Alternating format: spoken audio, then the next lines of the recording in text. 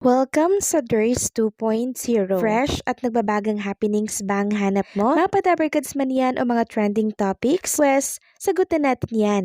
Kaya naman isubscribe nyo na ang ating channel para sa mga nagbabagang balita everyday. Welcome back again sa ating YouTube channel mga Kadaverkads, and for today's video, ang pag-uusapan natin ay tungkol sa mga importanteng ganap sa loob at sa labas ng Itbulaga. At unahin na nga nating pag-usapan, ito pong kaganapan sa Itbulaga kanina. Isang napakasayang pananghalian na naman ng ating pinagsaluhan kanina habang tayo ay nanonood ng Itbulaga, no?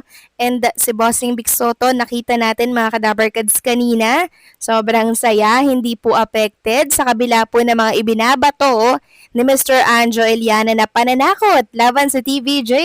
And syempre, sa mga Dabarkads, lalo na po nung sinabi po ni Anjo Eliana yung tungkol dito kay Pepsi Paloma, na kung saan tila baga nagpapahiwatig na may alam ako kay Pepsi Paloma, kaya sige wag kayong makipag-ayos sa akin at ilalabas ko yung nalalaman ko. Para bang ganun yung pahiwatig niya, di ba? Sa pagbubukas niya or sa pag-open niya ng topic sa live ng TikTok account niya. 'Di ba? Parang naninindak siya na meron siyang alam mga Kadabarkads. So sige, ilabas niya yung nalalaman niya mga Kadabarkads dahil alam na po natin yung kakaharapin niya pag si Bossing Vic Sotto ang binangga nitong si Anjo Eliana. Si Tito Sotto kasi napakabait, 'di ba? No reaction sa mga inilalabas nitong si Anjo Eliana, pero ibahin niya si Bossing Vic Sotto pag nagalit 'yan. Baka hindi niya po magustuhan mga Kadabarkads yung gagawin ni Bossing Vic.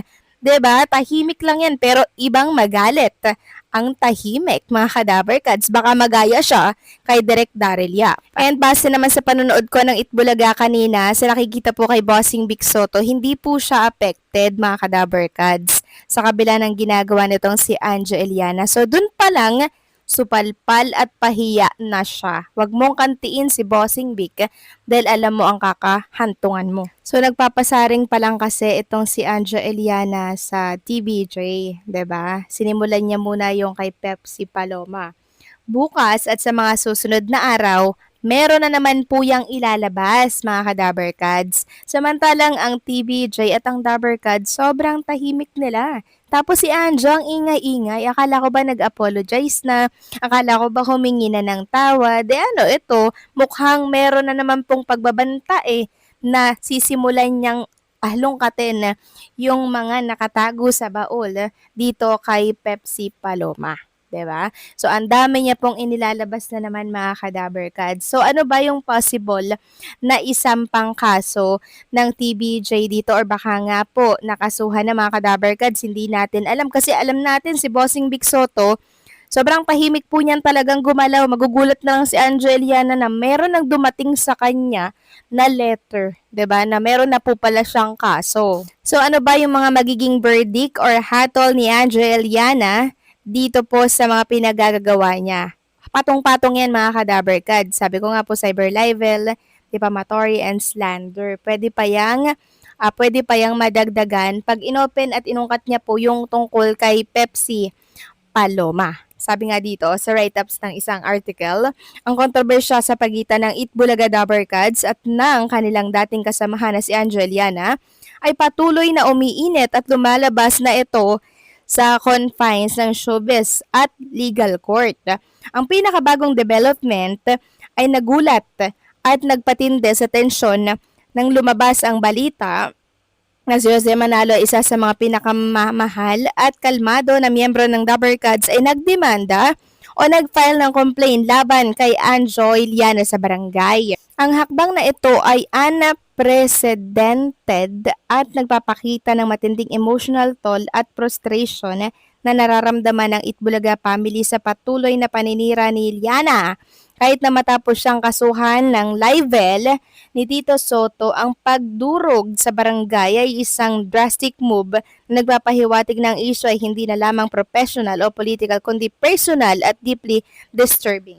Ang libel case na isinampa ni Tito Sotto ay nasa mas mataas na antas ng judicial system.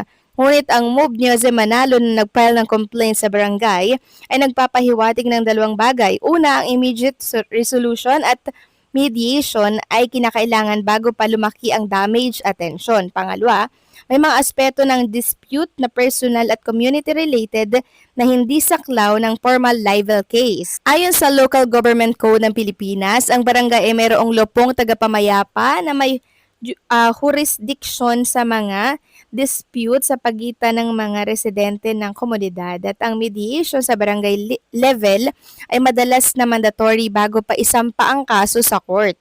Kahit hindi sila resident ng isang barangay, ang hakbang ay symbolic at nagpapakita ng desperation ni Manalo na tigilan na ang mga damaging statements. Ang tanong, ano ang specific complaint ni Jose Manalo? Habang hindi pa malinaw ang mga detalye, ang general sentiment ay nagpapahiwatig na ang mga public utterances ni Yana ay hindi lamang defamatory kundi emotionally damaging din.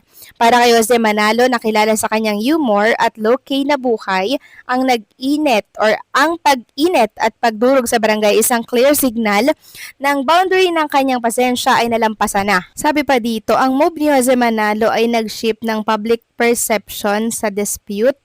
Kung dati ang libel case ni Tito Soto ay tinitingnan bilang isang high-profile legal battle, ang barangay complaint ni Jose Manalo ay nagdadala ng issue sa grassroots level at ito ang nagbibigay ng relatability sa mga ordinaryong Pilipino na nauunawaan ang weight ng isang barangay mediation. Ang silence ni Anjo Eliana kasunod ng mga legal threat ay lalong nagpapahiwatig na ang kanyang mga pahayag ay maaring walang factual basis o malicious.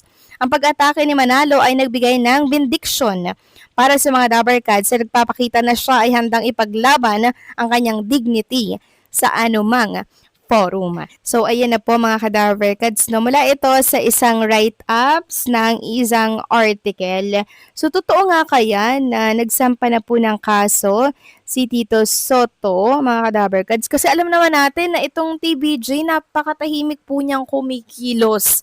Kaya siguro si Anjo Eliana ngayon ay nagpupuputak na naman at nananakot na wag daw siyang ididiin. So, it means kumikilos na po mga Kadabarkads. At ang hatol or verdict, medyo mabigat mga Kadabarkads. So, para si Angeliana niyan, 'di ba? Kung siya po ay kakasuhan, wala po siyang pangkuha ng abogado. 'Di ba? For sure, iyak na naman itong si Anjo Eliana kasi kailangan niya po syempreng depensahan yung side niya laban sa kanyang mga inilalabas na statement. Di po ba mga Kadabarkads? So, paano ba yan, Angeliana? Di ka kasi tumitigil. Nag-sorry ka na nung nakaraan. Tapos ngayon, eto ka na naman. Ino-open mo ang Pepsi Paloma. Sige lang, open mo lang yan. May kalalagyan ka rin sa mga darating na araw. So, anong comment nyo dito, mga Kadabarkads? Please comment down below.